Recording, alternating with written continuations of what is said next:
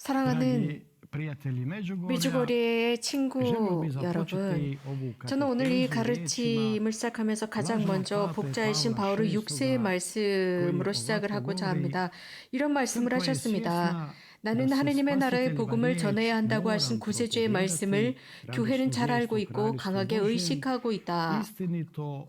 만일 내가 기쁜 소식을 전하지 못한다면 나에게 화가 미칠 것입니다. 라는 사도 바울의 말씀도 있습니다. 이것은 현대의 복음화에서 하신 말씀이었습니다. 복음화는 복음화, 말씀을 전한다고 하는 것.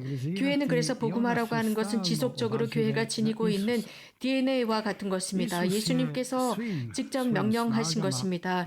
예수님께서는 있는 힘을 다해서 구원이라는 사명을 수행하셨습니다. 그 사명을 수행하시기 위해서 끊임없이 움직이셨습니다. 그래서 심지어는 머리 둘 곳조차 없다고 하셨고, 그러면서 당신의 그 모범을 따르라고 제자들에게 말씀하셨습니다.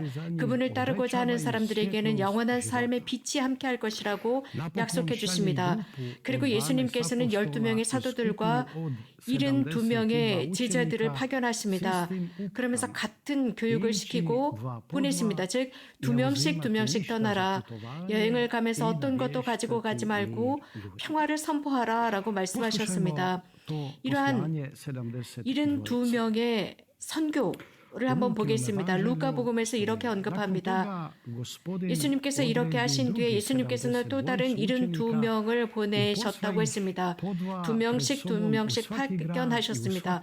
모든 도시, 즉 당신께서 가시고자 했었던 그곳으로 보냈습니다. 추수할 것은 많은데 일꾼이 적다고 말씀하셨습니다. 그렇기 때문에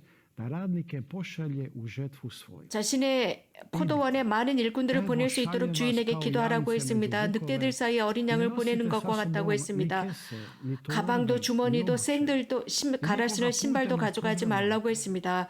그래서 멈추지 말라고 했습니다. 어떤 집에 들어가든지 가장 먼저 이 집에 평화가 함께라고 인사를 하라고 했습니다. 누구든지 빛의 자녀가 살고 있다면 그 평화가 너희가 지닌 그 평화가 그들에게 내릴 것이고 그렇지 않으면 너희들에게 되돌아올 것이다 라고 말씀하십니다. 그 집에 머물고 그 집에서 먹고 마시라고 했습니다.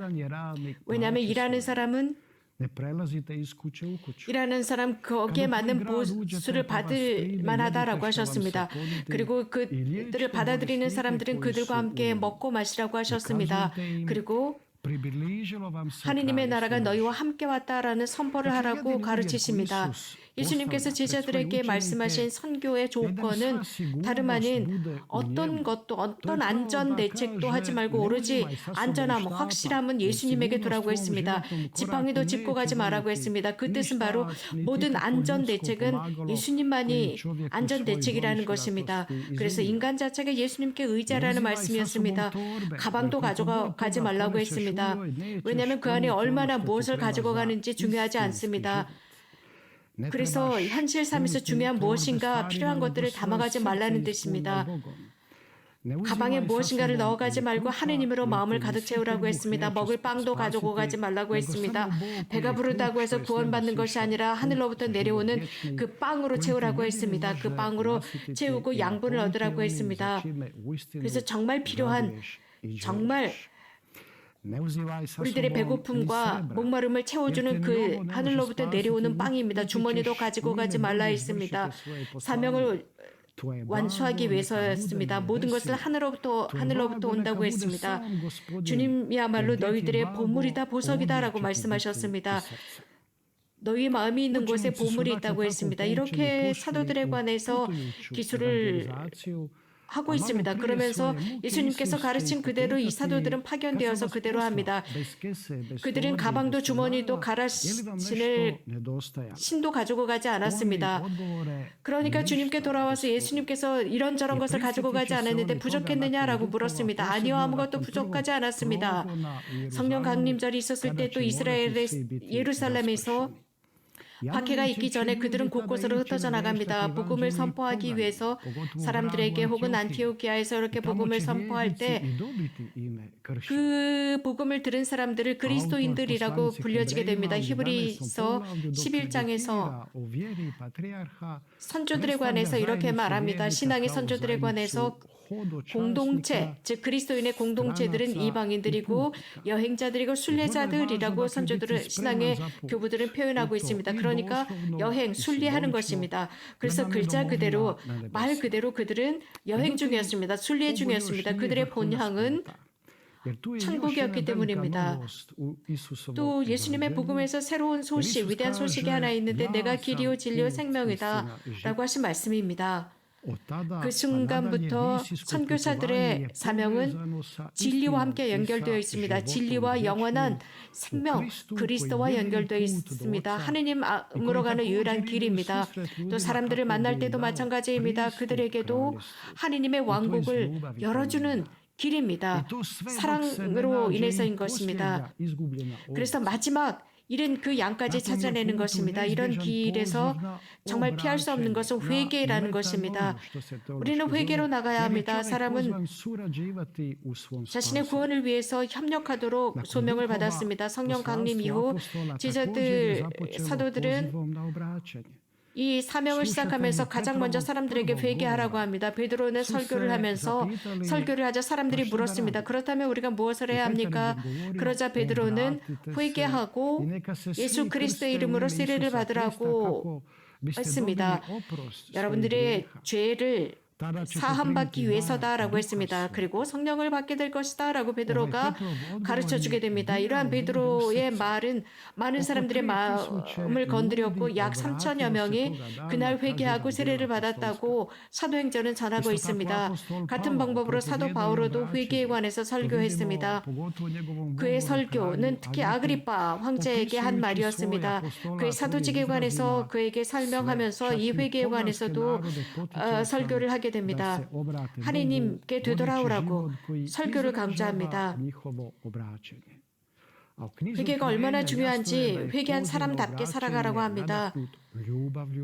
또 회개는 놀라운 하나님의 약속과 함께 갑니다. 구원자이신 예수님께서 긴밀하게 함께하는 사람들이 바로 회개하는 사람들이라고 목시록에서 전하고 있습니다. 즉 나는 문을 두드리고 있다. 누구든지 그 소리를 듣고 문을 여는 그 사람의 집으로 함께 들어가서 그와 저녁을 먹고 그는 나와 함께 할 것이다 라고 목시록에서 언급하게 됩니다.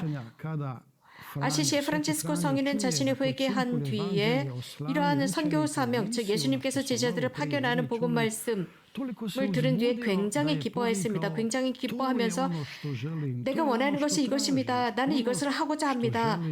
이것을 있는 힘을 다해서 해야 합니다. 라고 소리쳤습니다. 이것은 바로 아시시의 프란치스코 성인의 삶의 핵심이 되었습니다. 복음을 선포하는 것이었습니다. 그래서 가장 먼저 은수 생활을 하면서 이것을 가장 먼저 생각을 했습니다. 3명의 동료 형제들이 찾아왔을 때 이미 복음화를 하기 위해서 2그룹을 만들었습니다. 회개에 관한 설교를 했습니다. 어떤 그는 콤포스텔레로 향하고 있었고 프란치스코는 리에디 계곡으로 가고 있었습니다. 그러다가 아시시에서 서로 만났습니다. 그리고 8명의 형제들이 되었을 때 2명씩 동서남북 4개의 방향으로 서로 선교를 갔습니다. 1209년 그들은 로마로 가서 로마 교황 호노리우스 3세에게 이러한 새로운 수도의 회칙을 인준해 주십사 청하게 됩니다. 아시시의 프란치스코 성인은 이렇게 언급하고 있습니다. 몇 마디로 단순하게 기록된 회칙이었다라고 했습니다. 새로운 복음화, 유럽과 모든 세계에 새로운 복음화가 시작이 되었습니다. 그러나 프란치스코 성인은 아주 조금씩 이 선교 사명에 관해서 아주 깊은 깨달음을 갖게 됩니다. 깨달음이라고 하는 것은 하느님 아버지 자체라는 것을 깨닫게 됩니다. 사랑 때문에 당신의 아들을 세상에 보내셨다는 것을 깨닫게 됩니다. 그분께서는 자신의 사명을 완수하시기 위해서 인성이 되셨고 우리들의 나약함을 취하셨습니다. 인간의 그 고통과 죽음을 분명하게 아시면서 당신께서는 기꺼이 희생하셨습니다. 이렇게 예수님의 그 사명은 이 교회 안에 계속 지속되고 있습니다. 성령을 통해서 지속되고 있습니다. 아시시 프란치스코 성인에 있어서 사명은 하나의 선물이었습니다. 지극히 거룩하신 삼위일체에 여전히 현존하는 바로 그 사명이었습니다. 하느님의 사랑이 현존하는 것입니다. 지금도 프란치스칸 은수자들 몇 명은 이렇게 살기 위해서 조용히 한 곳 은수처에서 살고 있습니다. 이곳 유럽에서 복음화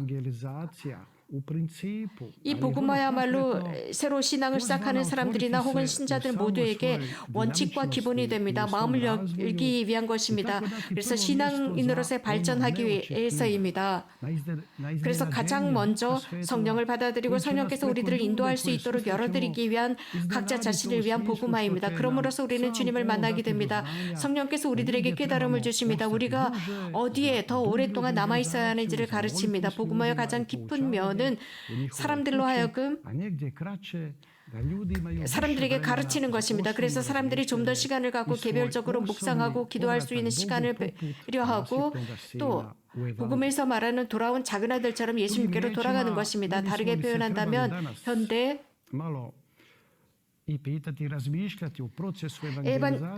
복음화의 과정은 어떤 프로젝트, 교회 프로젝트로서 분명한 목적을 가지고 진행이 되고 있는 것이지만 그것보다 더 중요한 것은 아주 놀라움이라고 합니다. 서프라이즈라고 합니다. 왜냐하면 하나님께서는 그러한 여정 속에서 우리들과 함께 하시기 때문에 하나님께서는 우리들에게 이러한 복음화의 여정으로 갈 수 있도록 모든 것들을 제시해 주십니다. 그래서 우리는 이 복음화를 위해서, 사명을 위해서, 선교를 위해서 기도해야 합니다. 기도는 매우 중요합니다. 복음화는 굉장히 어려운 과제이기 때문입니다. 그래서 그 복음화 자체는 하나님의 은총이 필요하지만 물론 그 은총을 발로 뛰는 선교사들이 필요합니다. 가끔은 우리들 없이, 즉 우리들의 말이 배제된 상태에서도 복음화가 이루어지는 경우가 있습니다. 심지어 우리들 자체가 제대로 복음화되지 않은 경우도 있습니다. 그러나 정말 중요한 것은 하나님께 우리들의 이해가 필요한 것입니다. 그 예를 통해서 복음화가 이루어집니다. 우리가 좀 전에 들은 것처럼 복음화에 있어서 우리들이 한 번도 생각해보지 못한 정말 놀라운 일들이 일어납니다. 우리들이 이해라고 했을 때입니다. 왜냐하면 사람들은 하나님을 배고파하고 있습니다. 이것은 모든 경우에서 일어나고 있고 그것이 우리들이 매달 혹은 매일 미사 속에서 우리는 그것을 체험하고 있기 때문입니다.